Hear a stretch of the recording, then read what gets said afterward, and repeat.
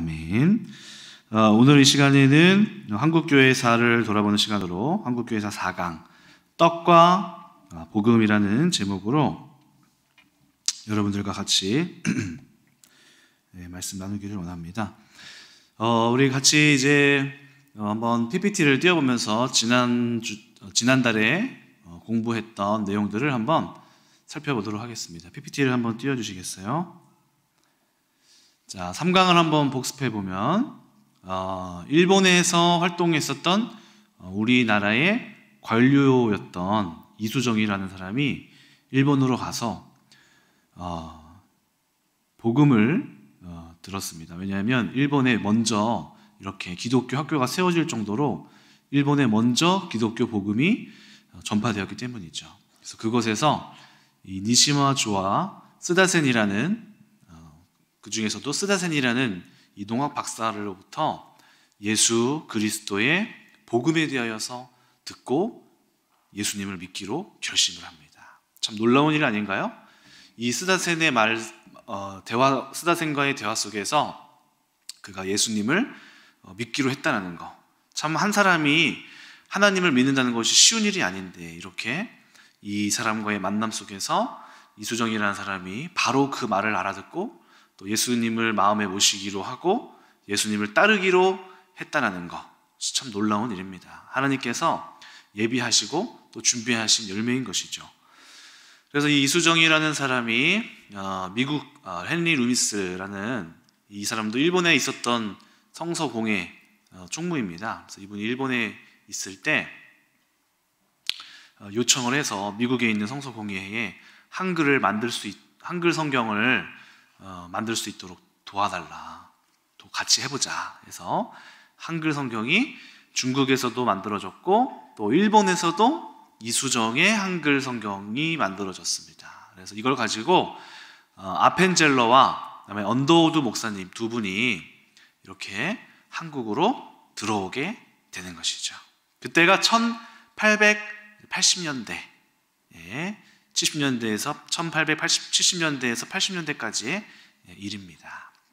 그래서 오늘은 그렇게 들어온 이 선교사님들의 이제 사역과 또 우리나라 상황을 한번 좀 살펴보면서 그 사람들이 어떤 방법으로 이 땅에 들어와서 복음을 전했는지 한번 보면 좋을 것 같습니다.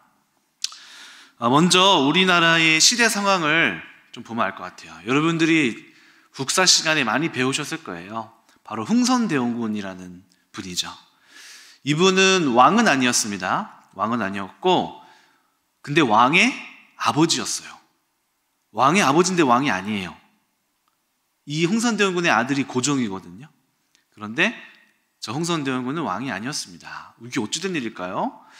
이 흥선대원군은 아무래도 이씨이다 보니까 이하응이라고 해서 어쨌든 이 왕의 가문 안에 있었겠죠.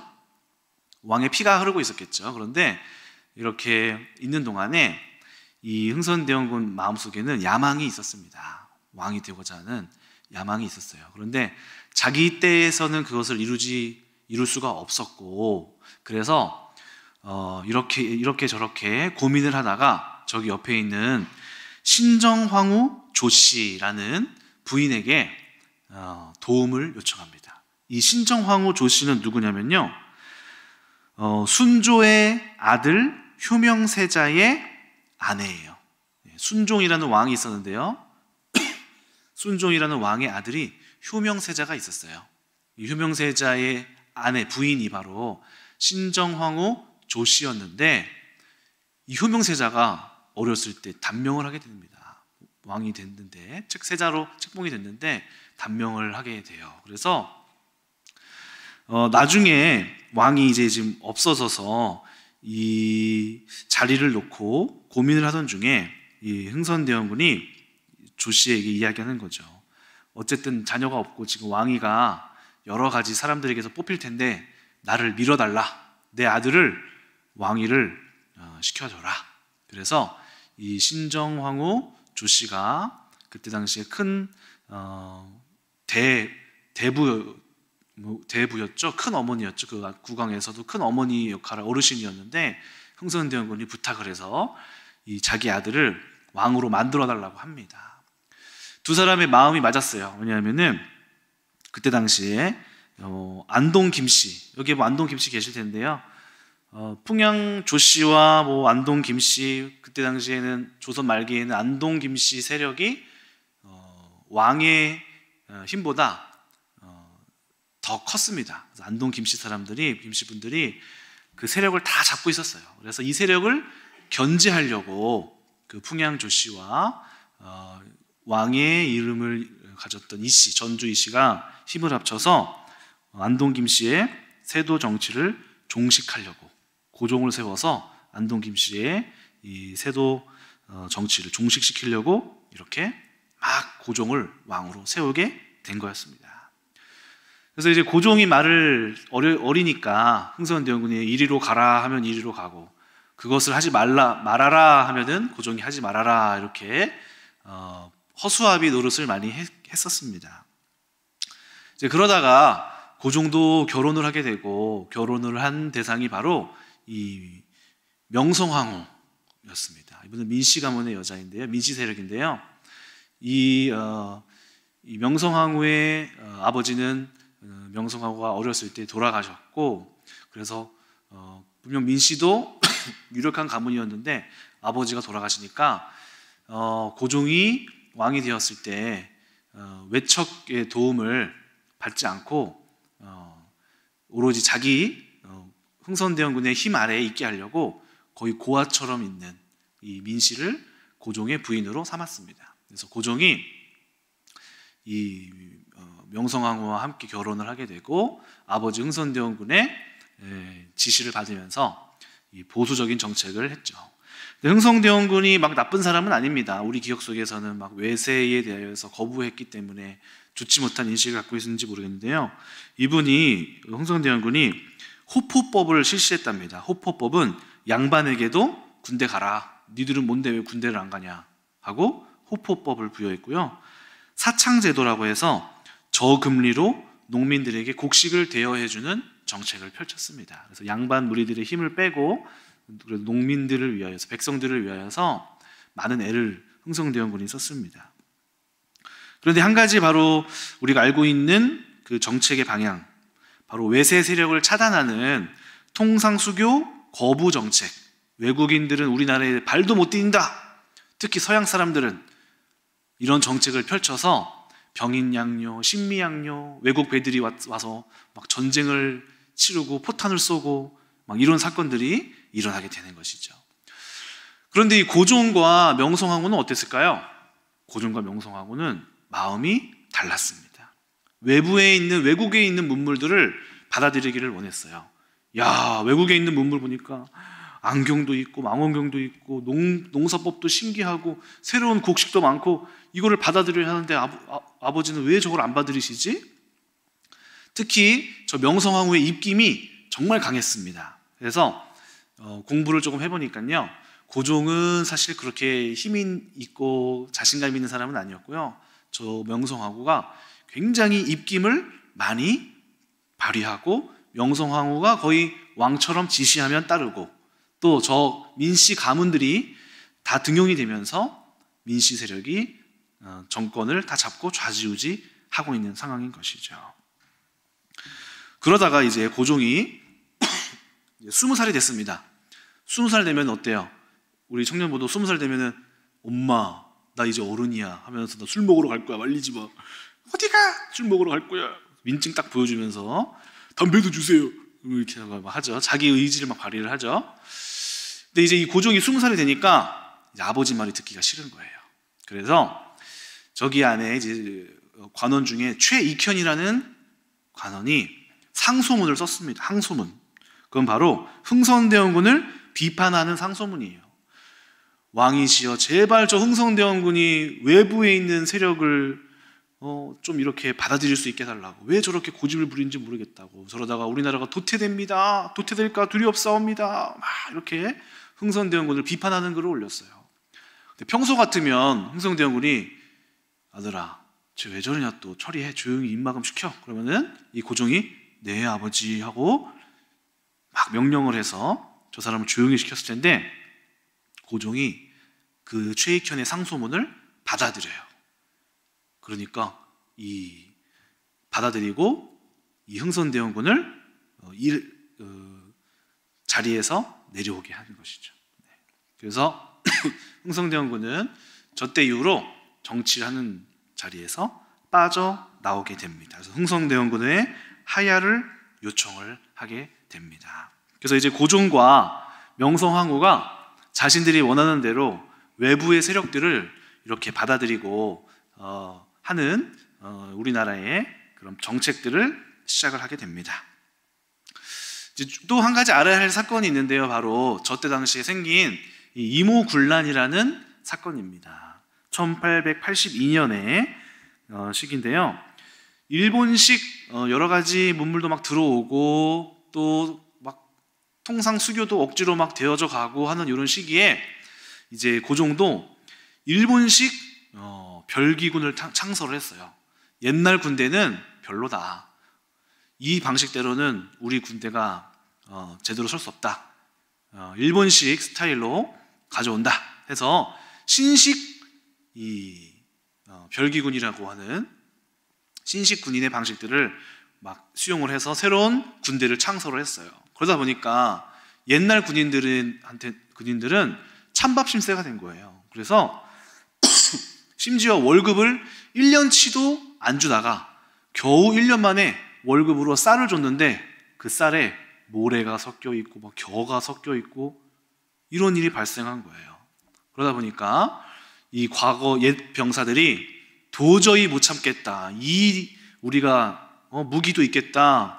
우리를 무시해? 그래서 반란을 일으킵니다. 여기 보시면은 왼쪽이 신식, 오른쪽이 구식이래요. 자, 신식 군복이 좀 더 깔끔해 보이죠? 좋아 보이기도 하죠. 그래서 이제 이 군사들이 반란을 일으킵니다. 근데 이때 어떤 일이 발생하냐면은 우리나라에서 쿠데타가 일어났어요. 갑자기 별 4개 가지신 분이 군단을 이끌고 충청도에서 막 반란을 일으켰대요. 그럼 어떻게 될까요? 전군이 막 싸워야 되잖아요. 자, 근데 그게 한둘이 아니야. 별 4개짜리 막 장군들이 막 몇 명이서 힘을 합쳐서 막 반란을 일으켰대요. 이거 어떻게 해야 될까요? 이거 어떻게 잡을까요? 경찰을 동원해야 될까요?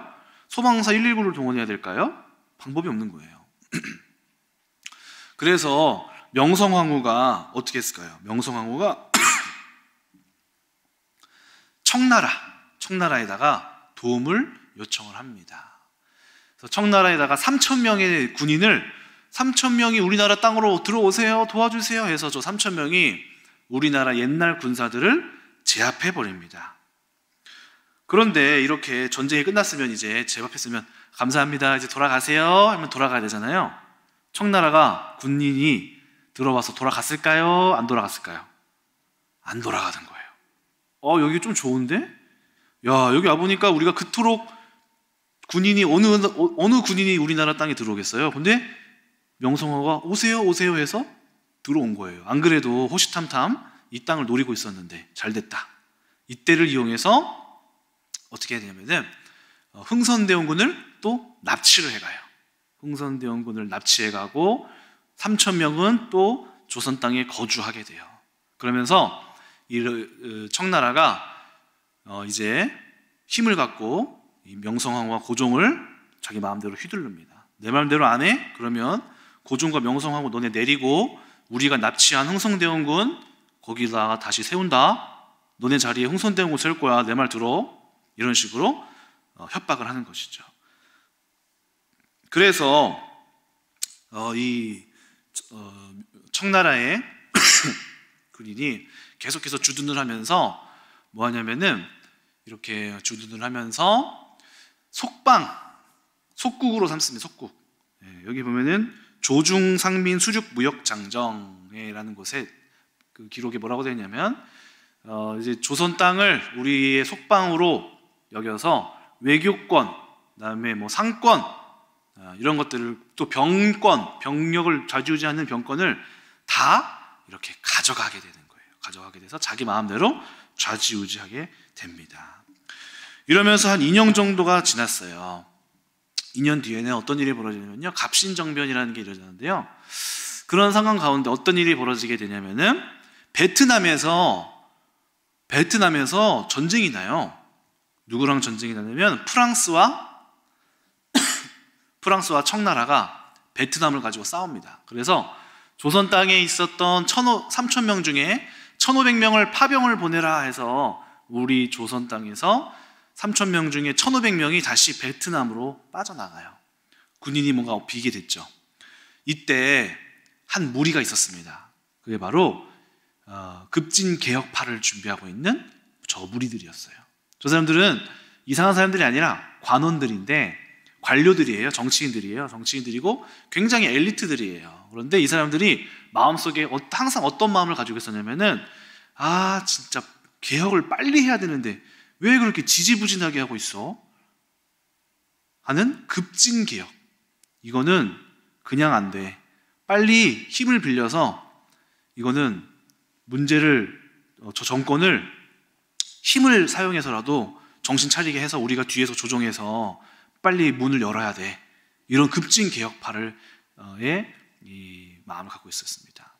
그래서 저 명성황후도 마음에 안 들고 저 청나라도 왜 안 나가고 있고 왜 농민들은 아직도 힘들고 평등하지 못하고 막 이제 이런 마음을 갖고 개혁을 한 거죠. 근데 이 사람들이 드디어서 청나라가 빠져나가는 시기에 이제 우정국이라는 곳에서 우리나라의 최초로 우편 관리를 하게 되는 우정국이 신설이 됐어요. 그래서 일본에 있는 여러 가지 이 높으신 고위 관리들과 우리나라 관리들이 모여서 잔치를 하는 중에 이날이다.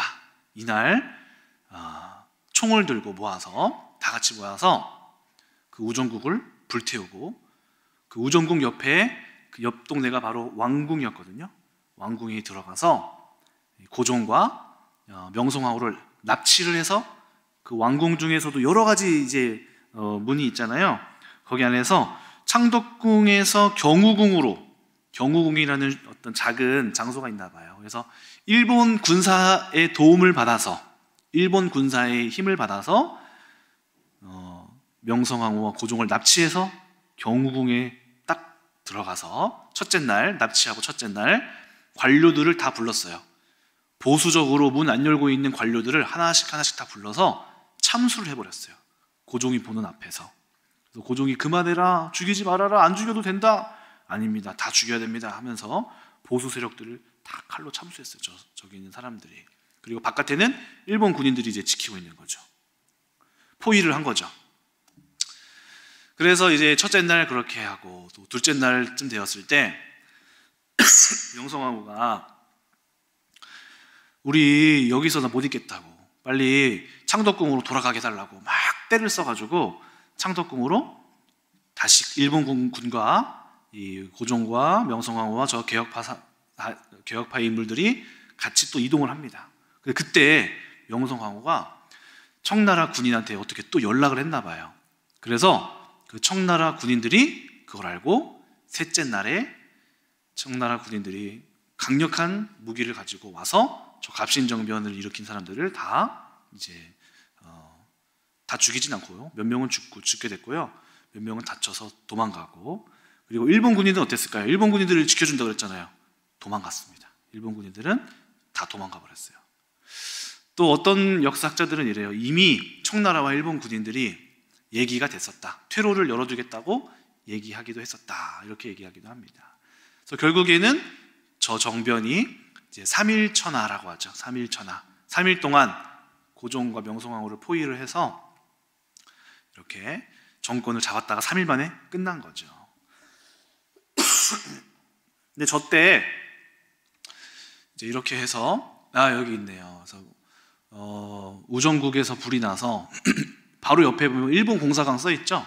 저 일본 공사관에서 허락을 받고 우리 그때 약속한 거 맞죠? 그래서 저기 있는 창덕궁을 해서 경우궁으로 이동했다가 다시 창덕궁으로 창덕궁에 있는 저기 대조전인가요? 네, 저쪽으로 이동을 하다가 결국 러시아 군에게 요청을 해서 그 개혁이 실패하게 됩니다. 이때 민씨 가문이 세력을 잡았다고 했죠.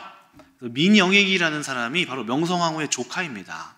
이 사람도 높은 관직을 갖고 있는 사람이었어요. 근데 이 사람도 그 안에 있었던 거예요. 그래서 총상을 맞고 크게 부상을 입어서 거의 죽기 직전에 이르렀습니다. 근데 그때 당시에 호러스 뉴턴 알렌이라는 선교사이자 의료 선교사예요. 근데 선교사의 신분으로는 숨기고, 왜냐하면 조선에서 안 받아주니까 의사예요 라고 와서 그때 당시에 머물고 있었습니다. 그런데 이런 일이 벌어지니까 사람들이 이런 외과 의술은 경험해 본 적이 없잖아요. 그러다가 수소문 끝에 저기에 있는 서양 의사가 이런 봉합하고 왜 이런 상처를 잘 치료한다, 우리 서양의 기술을 빌려보자 해서 저 알렌이라는 사람을 들여와서 민영익, 민씨 명성황후의 조카를 열심히 치유합니다. 그래서 3개월 동안 열심히 치유해서 저 민영이 어떻게 됐을까요? 살아난 거예요. 그러니까 저 사람의 서양의 의료 기술이 어떻게 되겠어요? 괜찮은 거구나, 좋은 거네.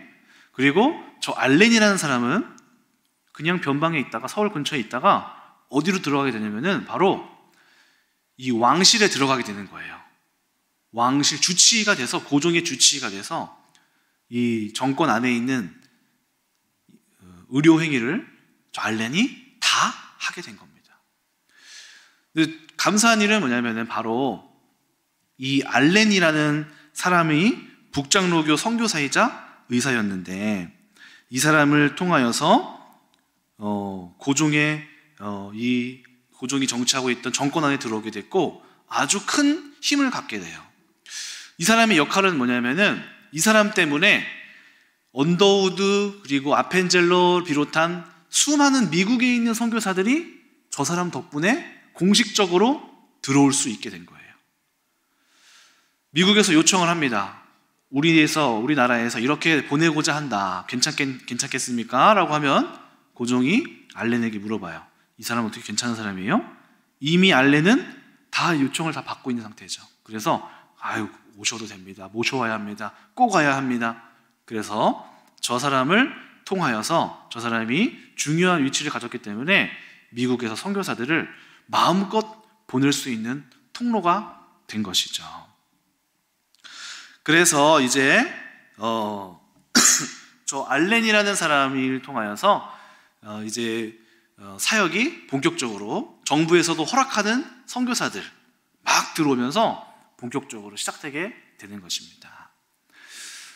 알렌이 선교사들을 요청하기 위해서는 어떤 방식을 택했냐면은 바로 서구식 병원을 세워야 합니다, 이렇게 얘기했어요. 그래서 의사들을 데려오려고 했어요. 그래서 최초로 알렌이 고종에게 요청을 해서 서구식의 병원을 세웁시다 해서 세운 게 바로 광해원입니다. 광해원. 근데 나중에 16일 만에 제중원으로 이름을 바꿨대요. 그래서 제중원이라고 불리웁니다. 저 제중원에서는 그래서 알렌의 선교 방법은 이랬었대요. 당시 조선은 복음을 전하기 어려운 상황이기 때문에 반드시 그냥 복음만 전한다고 되는 게 아니라 의료 기술을 갖고 들어가야 한다라고 알고 있었습니다. 그리고 그가 왕실과 맺은 인연은 언더우드 아펜젤러 선교사들이 왕실의 허락을 받고 들어올 수 있게 되는 중요한 역할을 하였습니다. 그래서 하나님께서 사역의 길을 이 알렌을 통하여서 열게 해주신 거죠. 이 제중원이 이제 세워지고 나서 많은 사람들을, 서민들을 많이 돌봤어요.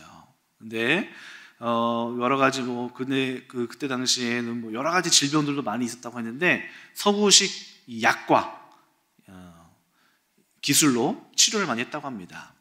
여기 안에 이제 알렌을 뒤로 하고 헤론 선교사, 그리고 4대의 에비슨 선교사 원장님이 이제 계속해서 이 제중원을 맡아서 이어가게 됩니다. 그래서 이곳에서는 사람들을 치유하고요, 또 한국 조선인 의사를 키워냈어요.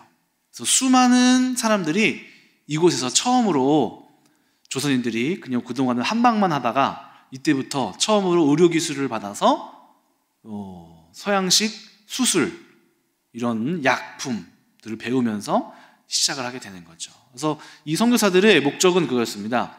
한국인 의사를 반드시 키워낸다. 반드시 한국인 의사를 반드시 키워낸다라는 목적을 갖고 있었습니다. 근데 이들의 목적은 그것뿐만이 아니었어요. 이 헤론이라는 이 원장은 이런 얘기를 했습니다. 단지 저는 의술을 베푸는 것이 아니라 위대한 의사 예수를 전해야 하는 것이 저의 사명임을 잊을 수 없습니다. 그들을 위하여 돌아가신 진실한 구세주를 전파하기를 갈망합니다. 그러니까 이 사람도 마찬가지로 알렌처럼 목사이자 의사로 우리나라에 온 거예요. 그런데 우리나라에서 복음을 전파하게 했을까요? 못하게 했을까요? 계속 못하게 막는 거예요. 우리 여기서 예배 드리겠습니다 하면 고종 황제가 죄중원은 그런 곳 아닙니다. 안 돼요. 계속 막는 거예요. 그러니까 이 헤론이라는 사람이 이렇게 얘기한 거죠. 저는 여기에 의술을 베풀어 온 것만이 아니라 복음을 전하러 왔다고. 또 이렇게 얘기합니다. 이 땅의 사람들이 영생을 모른 채 죽어가지 않도록 해주십시오. 제가 매일 만나는 이 가난하고 비참한 사람들이 가엾습니다. 이 두 가지 편지 중에 한 문구인데요. 자기의 장로 미국에 있는 교단에다가 보내는 편지 중에 이렇게 쓴 것입니다. 내가 이렇게 왔지만 복음을 못 전하는 것이 너무나 안타깝다. 그래서 이분들은 선교를 하는 데 있어서 이 의료적인 기술과 함께 분명한 목적, 복음 전파에 대한 목적이 분명히 갖고 있었음을 보게 됩니다. 그러던 중에 이 4대 원장인 올리버 R. 에비슨이라는 이 사람이 등장하게 되는데요. 이 사람은 또 중요한 역할을 하게 됩니다. 이 사람은 마음속에서 굉장한 이 열망을 갖고 있었어요. 나라에서는 계속해서 이 재중원을 자기들이 하겠다 하고 가져갔다가 돈이 없어서 치료를 못하니까 다시 북장로교회에서 재중원을 소유하게 돼요. 그래서 북장로교회에서 이 선교 병원을 막 지원을 했어요. 근데 이 올리버 R. 에비슨이라는 사람이 어떤 생각을 했냐면은 이대로는 안 되겠다. 이거는 국가에서 독립을 해서 병원을 세워야지만이 우리가 복음을 전할 수도 있고 또 작은 병원이 여러 개 있는 것보다 큰 병원, 진짜 정말 좋은 큰 병원 하나를 만들어 놓는 게 더 중요한 것 같다. 이런 생각을 하게 됩니다. 그런데 돈이 있어야지 이 일을 하죠. 돈이 없죠. 그래서 미국으로 돌아가서 막 사람들에게 요청을 합니다. 후원자를 찾습니다. 이제 이 조선 땅에 큰 병원이 세워져야 합니다. 지금 병원의 사역이 열려서 많은 선교사들이 오고 있는데 복음이 전파가 되지 않고 의료기술만 이렇게 하고 되고 있습니다.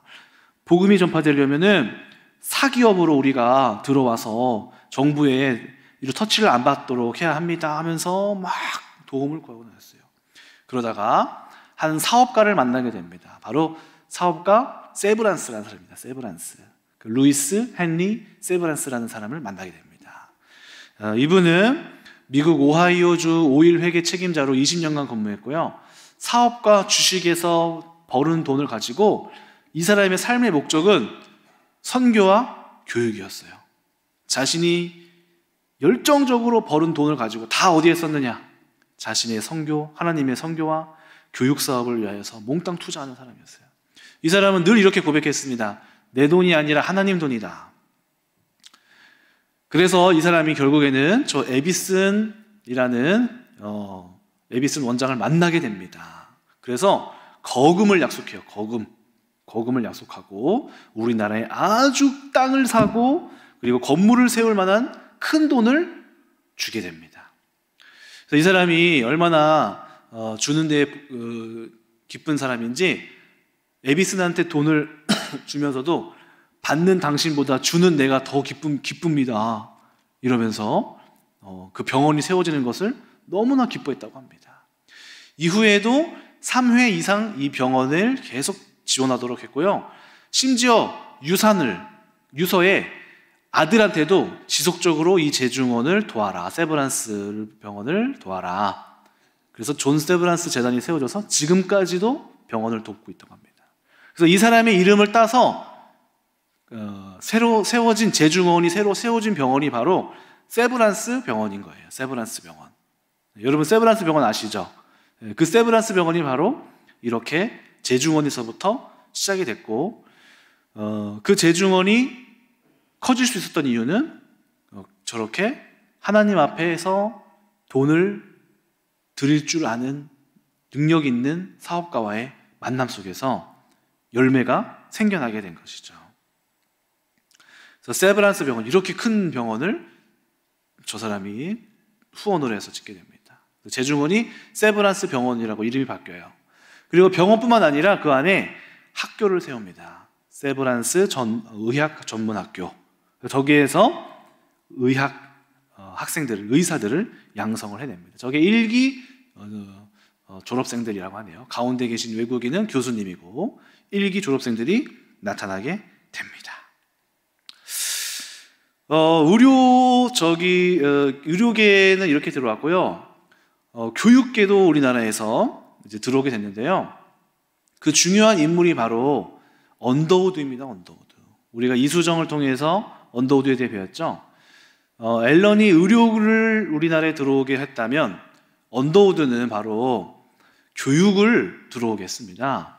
이 언더우드라는 사람은 뭐라고 말했냐면은 교육 자체가 선교다, 이런 얘기를 해요. 교육하는 것이 자체가, 아이들을 모아서 교육하는 것 그 자체가 그냥 선교다, 이렇게 얘기를 해요.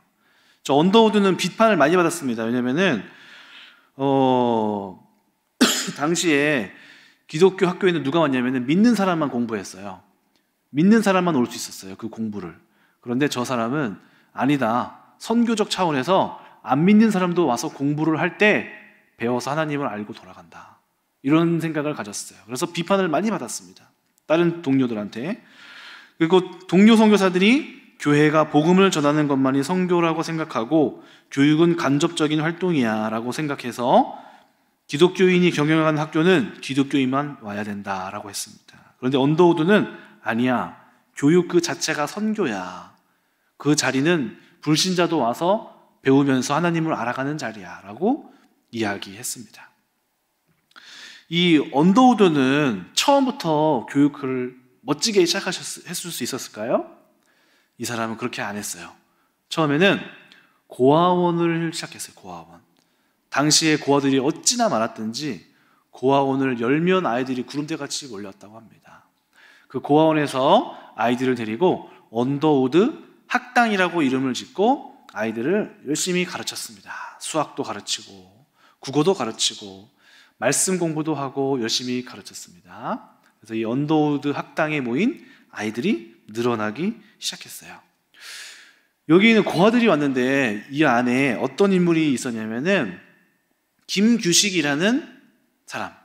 여러분 김규식 어디서 들어보지 않았어요? 우리 지난번에 파리 강화회의에 간 사람, 대한민국 임시정부의 부총리로 있었던, 부총재로 있었던 사람, 그 사람이 바로 김규식이거든요. 근데 그 사람이 바로 이 언더우드 학당 출신이에요. 이 김규식이라는 사람은 원래 김규식의 아버지는 경남 동래부에서 관직이었는데 정치 사건에 휘말리면서 귀향을 갔답니다. 이때 가세도 기울고 어머니가 이때 돌아가셨대요. 그러니까 아버지가 이 아이를 키우기가 쉽지 않았던 거죠. 친척들도 가난해서 도울 수가 없었대요. 그래서 찾다가 이 김규식이라는 아기를 어쩔 수 없이 언더우드 고아원에 보내게 됩니다. 고아원. 근데 갔는데 이 언더우드는 철칙이 있었어요. 8살 밑으로는 받지 않겠다. 근데 김규식은 8살 아래였거든요. 그래서 와서 좀 지내다가 아무래도 안 되겠다고, 미안하다고 돌려보냈습니다. 그런데 들려오는 소문이 이 김규식이라는 집안의 아기가 너무 힘들고 아파서 거의 죽기 일보 직전이라는 거예요. 그래서 이 언더우드가 가슴이 아파서 그 집을 찾아갑니다. 갔더니 이 4살, 5살 되는 이 아기가 얼마나 배가 고파서 울부짖었는지 벽지를 뜯어서 먹고 있더래요. 얼마나 배가 고팠으면, 또 먹을 게 없었으면 벽지를 뜯어서 먹고 있습니까? 그래서 이 언더우드 선교사가 너무너무 불쌍히 여겨서 어쩔 수 없이 데려왔다고 합니다. 그때 당시에 상황이 어땠는지가 좀 생각이 되는 거죠. 먹을 거 하나 없고 벽지를 뜯어 먹어서 살아가야 하는 아기들 한둘이 아니고 마을마다 죽어가는 아이들이, 배고파서 죽어가는 아이들이 아주 많았던 것이죠. 그게 우리나라 땅의 현실이었습니다. 그래서 언더우드 선교사는 와서 고아원을 설립해서 이 김규식이라는 아이를 비롯한 많은 아이들을 키워냈죠. 그래서 고아원의 언더우드 학당에 이 김규식이라는 사람의 발자취가 있습니다. 근데 이 김규식은 가르치면 가르칠수록 똑똑했다고 합니다. 이 아이는 영어를 가르쳤는데 영어에 그렇게 능통하고 언어를 7개나 할 줄 알게 되었대요. 그래서 이 언더우드는 이 김규식이라는 아이를 양아들처럼 섬겨서 잘 키웠어요. 그리고 미국에도 유학을 보내게 됩니다. 저기 보시면은 저기 오른쪽에서 위에 서 있는 사람, 우측에 있는 사람이 김규식이고, 아래 보면은 어떤 미국인이 있죠, 그렇죠? 외국인 같은 아이가 한 명 있죠. 저 사람은 이제 언더우드 아들입니다. 아들, 친아들. 이렇게 같이 자녀들을 그곳에서 키우게 했어요. 그래서 이 김규식도 똘똘했습니다. 똘똘하고 똑똑하고 총명했습니다. 그래서 이 김규식을 유학을 보내서 프린스턴 대학교에서 석사를 마치고 이 김규식이라는 사람이 아주 훌륭하게 자라서 이렇게 김구와 함께 대한민국 임시정부의 부총재로서 독립운동을 준비하는 역할을 하게 됩니다. 그러니까 이 학당이 얼마나 중요했는지가 우리가 알게 되는 것이죠. 자, 이제 연희전문학교가 등장하는데요. 이 언더우드 학당이 이름이 계속 바뀝니다. 언더우드 학당에서 예수교 학당, 구세 학당, 민노아 학당, 경신 학당, 그다음에 연희전문학교 이렇게 변합니다. 그러니까 그만큼 이 어려움이 있었던 거죠. 그래도 이 언더우드는 계속해서 장로 선교회에 속한 도움을 받아서 계속해서 늘려 보냈습니다. 그래서 이 학교가 연희전문학교가 되고, 이 학교가 세브란스, 나중에 1900년대에 더 들어서서 세브란스 의학전문학교와 연희전문학교 둘이 합쳐요. 앞글자를 따서 그래서 연세대학교가 되는 거예요. 그래서 아까 그 세브란스 병원과 학교가 있었죠? 그 병원과 이 언더우드가 세운 그 언더우드 학당이 바뀌고 크고 자라나면서 두 학교가 합쳐집니다. 그 합친 학교가 바로 우리나라에서 세워진 명문대라고 하는 연세대학교가 되는 것이죠. 다음은 이제 메리 스크랜튼 여사를 한번 살펴볼 텐데요. 이분은 이제 또 이화학당을 세운 분입니다. 근데 이분은 다른 선교사들은 26세, 28세 막 젊은 나이에 왔거든요. 근데 이분은 몇 살에 오셨는지 아시나요? 52세에 오셨어요. 52세. 심지어 남편이 먼저 10년 전에 40세 때 돌아가셨어요. 그래서 홀몸으로 선교사로 들어오게 됩니다. 이분이 아펜젤러와 함께, 언더우드랑 함께 감리교 파송을 받고 같이 들어와요. 아펜젤러랑. 그래서 이분이 처음에는 정말 가난하게 시작했고요. 1885년에 정동의 부지를 사서 여자들만을 위한 학교를 세웁니다. 여자들만 와라. 당시의 여자들은 어땠어요? 배울 수도 없었고 일만 하고 그러다가 버려지고 이런 사람들이었는데, 이 스크랜튼 여사가 그것을 가만히 볼 수조차 없어서 학교를 세우게 됩니다. 이 학교는 나중에 1887년에 명성황후가 와서 이화학당이라고 불러줬대요. 이 이화는 당시에 서울 정동이 배밭이었대요. 배, 먹는 배 있죠? 그래서 뱃꽃처럼 순결하고 배맛같이 시원하고 향기로운 열매를 맺으라. 그래서 이화학당 이렇게 이름을 지어줬다고 합니다. 여기 보면 여기 계신 교사분들 사진들도 있고요. 교사들 사진도 이렇게 있고요. 이거 보세요. 저 구름대 같은 아이들이 다 이 이화학당에 세운 다 여자애들이에요. 여자애들. 얼마나 저 배움이 갈급했고 가뭄의 단비와 같았을까요? 처음부터 이 스크랜튼 여사가 저렇게 건물을 지은 게 아니고요.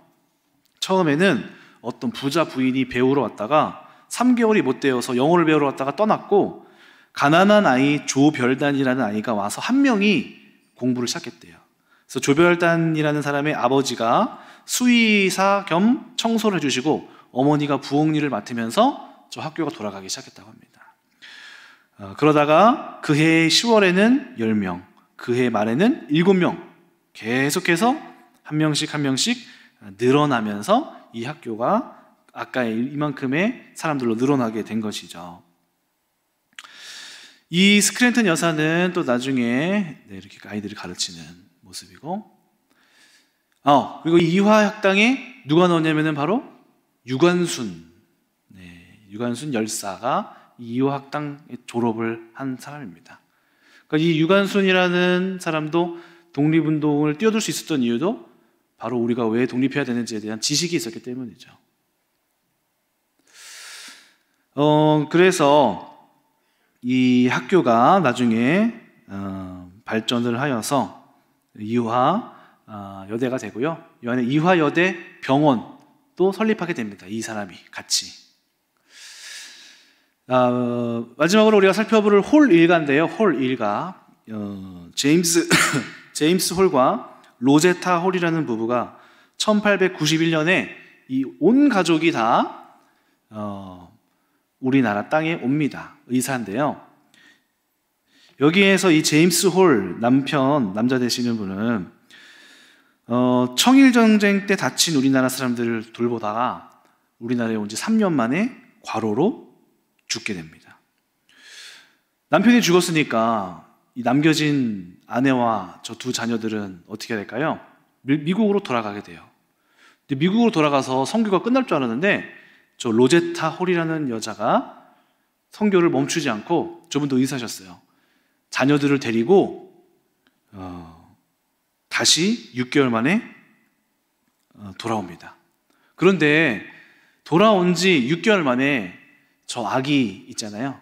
그때 당시에는 이렇게 컸겠죠? 이렇게 해서 이렇게 돌아왔어요. 이렇게 아들이랑 딸이랑 돌아왔는데 딸이 돌아온 지 우리나라에서 6개월 만에 또 죽어요. 그러니까 우리나라에 남편과 자기 딸을 2명을 묻게 된 거예요. 그러면은 어때요? 마음이 어때요? 상심하고 돌아갈 법도 하잖아요, 미국으로. 그런데 돌아가지 않고 여기에서 뼈를 묻고 조선 땅을 위하여서 죽도록 헌신하자, 이런 결심을 합니다. 그래서 조선에서 다시 막내딸을 잃지만 그녀와 아들은 끝까지 조선에 남아서 자신에게 주어진 사명을 이어갑니다.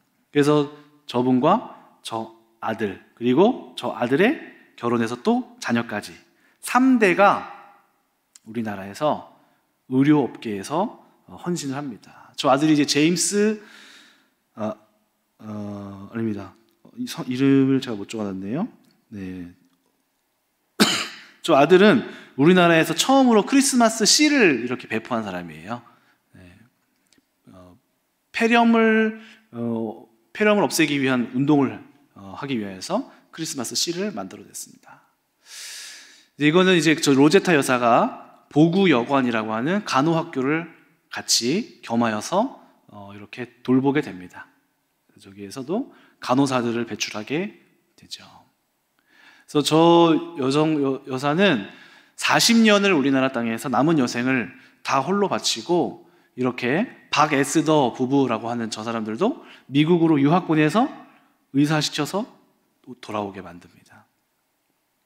이거는 이제 환갑잔치 때 사진입니다.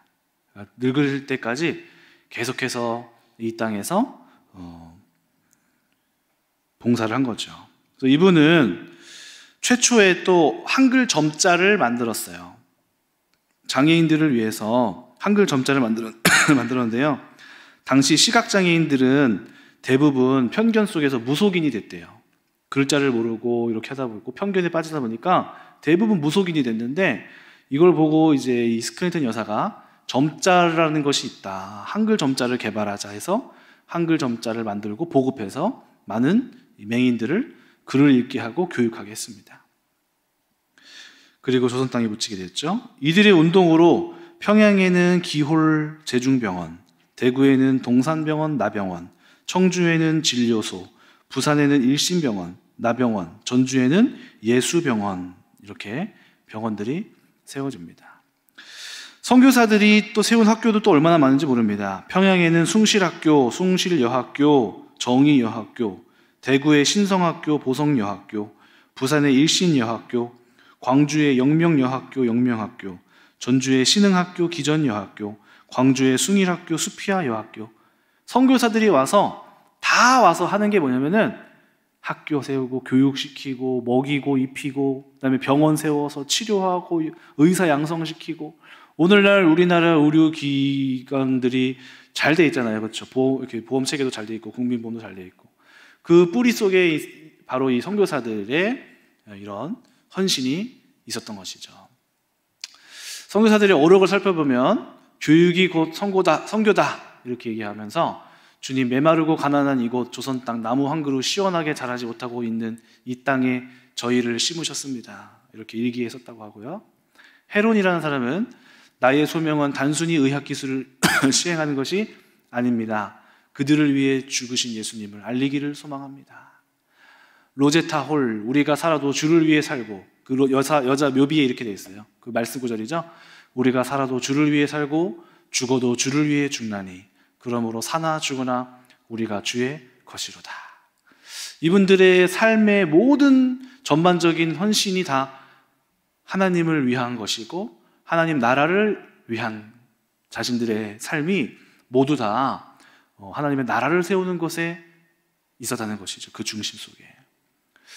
오늘 제가 이제 저를 화면으로 바꿔주시고 이야기하고 싶은 것은 이겁니다. 제가 제목을 떡과 복음이라고 했는데요. 자, 화면 바꿔주세요. 떡과 복음.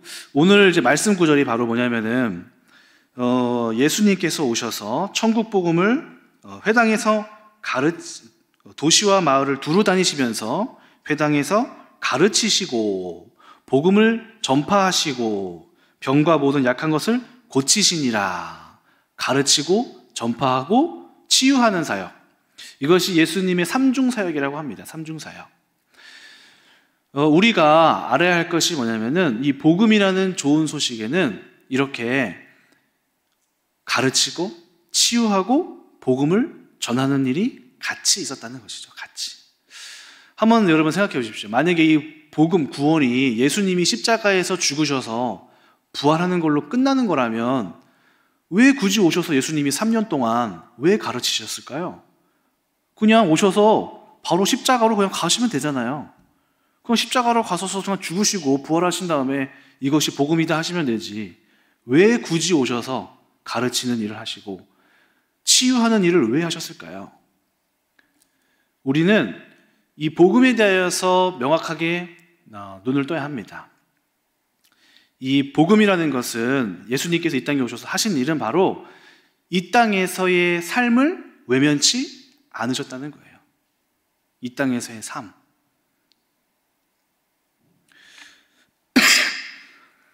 그리고 우리가 복음을 알았다면 해야 할 일이 무엇이냐면은 복음을 예수님이 하셨던 그 사역, 가르치고 전파하고 치유하는 이 일이 예수님의 사역이었다면 오늘 우리에게 명령하신 일도 가르치고 전파하고 복음 전도하는 거죠.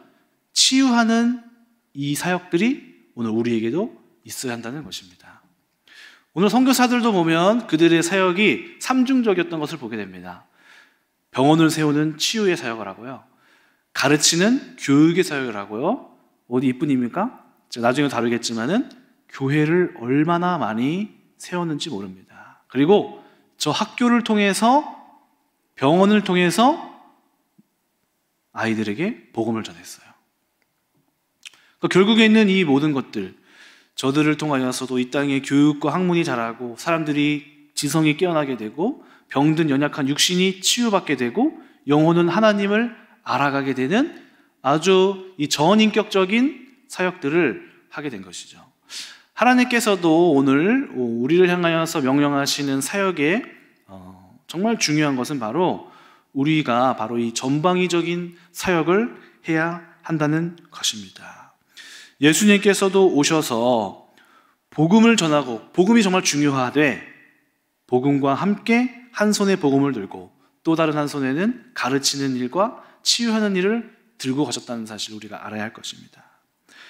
예수님께서도 오셔서 먹이시고 입히시고 치유하셨고 보지 못하는 자들을 보게 하셨고, 여러분 만약에 예수님이 구원만 하시면 된다면 왜 굳이 오셔서 치유를 왜 해주실까요?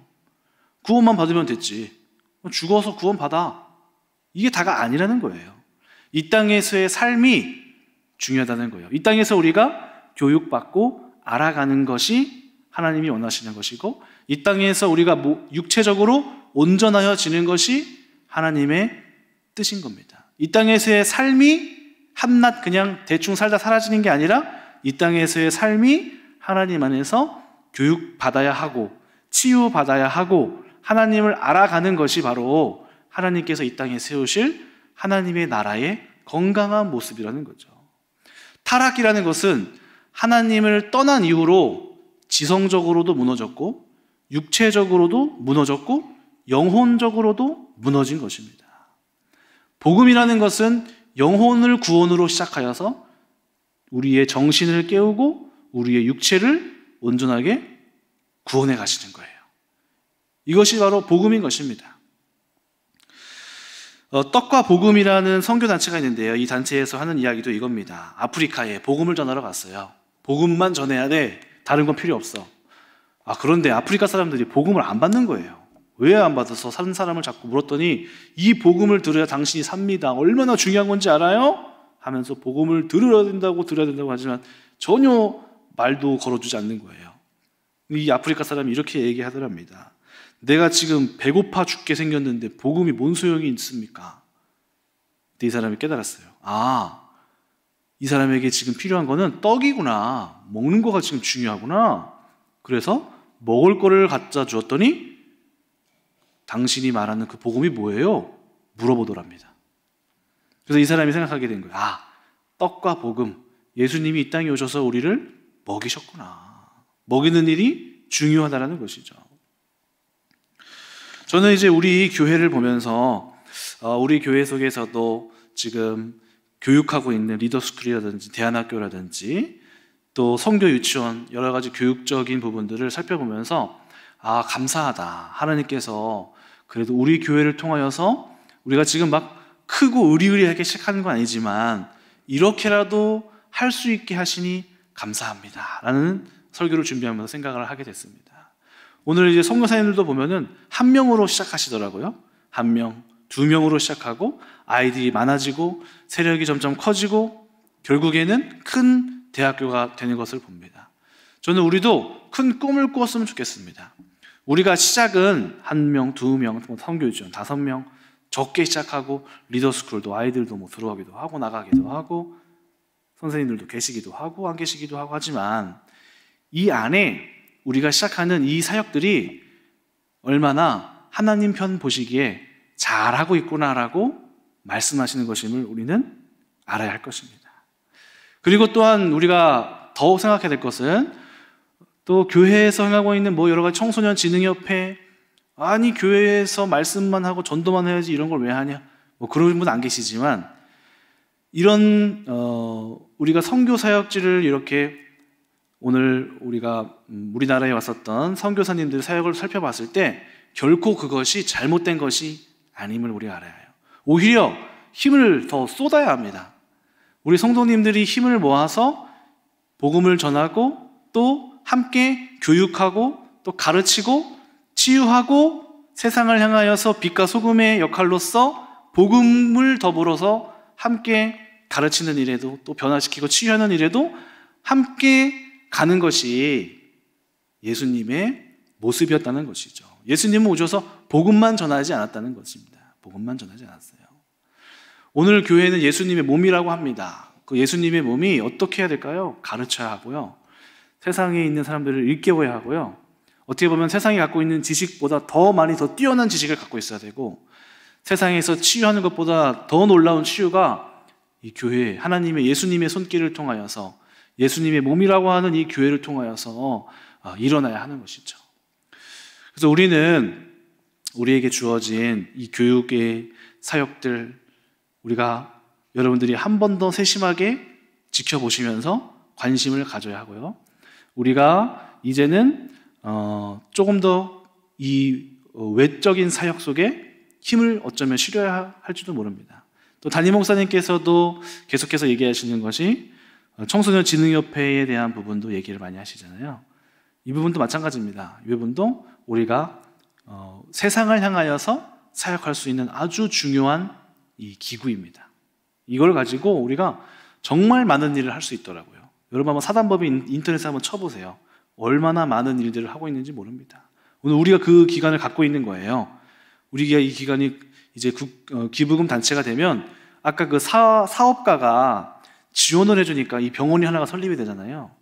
이 경제적으로 우리가 준비가 되고 지원이 온다면은 우리가 얼마나 큰 일들을 할 수 있을까요? 하나님께서 이 땅을 향하여서 필요한 일들을 우리의 사역 기구를 통하여서 또 하실 수 있게 되는 것이고, 여러분들이 그 기구 안에서 하나님의 손과 발이 되어서 움직이시고 하나님의 뜻을 이뤄내시는 한번 꿈을 꿔보십시오. 얼마나 기쁠까요? 너무 흥분되고 좋지 않나요? 여러분, 오늘 우리에게 주신 많은 기회들을 우리가 놓치지 말고 우리가 마음을 쓰고 힘을 쓰고 그리고 물질을 써서 하나님 앞에서 이 땅 가운데 원하시는 귀한 사역들을 우리는 이뤄내야 할 것입니다. 오늘 선교사들의 사역들을 기억하면서 하나님 오늘 우리에게 이렇게 교육 사역들을 시작하게 하시고 또 왜 사단법인 협회도 주셔서 우리를 하여금 이 일을 하게 하시는지 한번 가만히 돌아보면서 우리가 어떻게 하나님 앞에 쓰임받아야 할지 한번 돌아보시고 또 마음을 정하신 여러분들 되시기를 축원합니다. 기도하겠습니다. 하나님 아버지, 오늘 또 선교사님들의 사역의 방식을 돌아보면서 우리가 어떻게 이 땅에서 해야 할지 또 보게 하시니 감사를 드립니다. 오늘 그들의 사역 위에 복음은 당연하고 복음과 함께 이 땅을 치유하고 가르칠 귀한 무기들을 갖고 있었음을 봅니다. 오늘 이 사역을 보면서 오늘 우리 교회에 주신 것들을 기억하면서 하나님께서 이루어 가실 것들이 어떤 것인지를 꿈꿔보면서 마음을 정하고 방향을 정할 수 있는 우리 큰나무교회 성도님들 되게 하여 주시옵소서. 이 사역에 온 마음을 다할 수 있도록 성령 하나님께서 우리 마음의 심령을 감동케 하여 주시옵소서. 꿈을 꾸게 하여 주시옵소서. 감사드리며 예수님의 이름으로 기도드립니다. 아멘.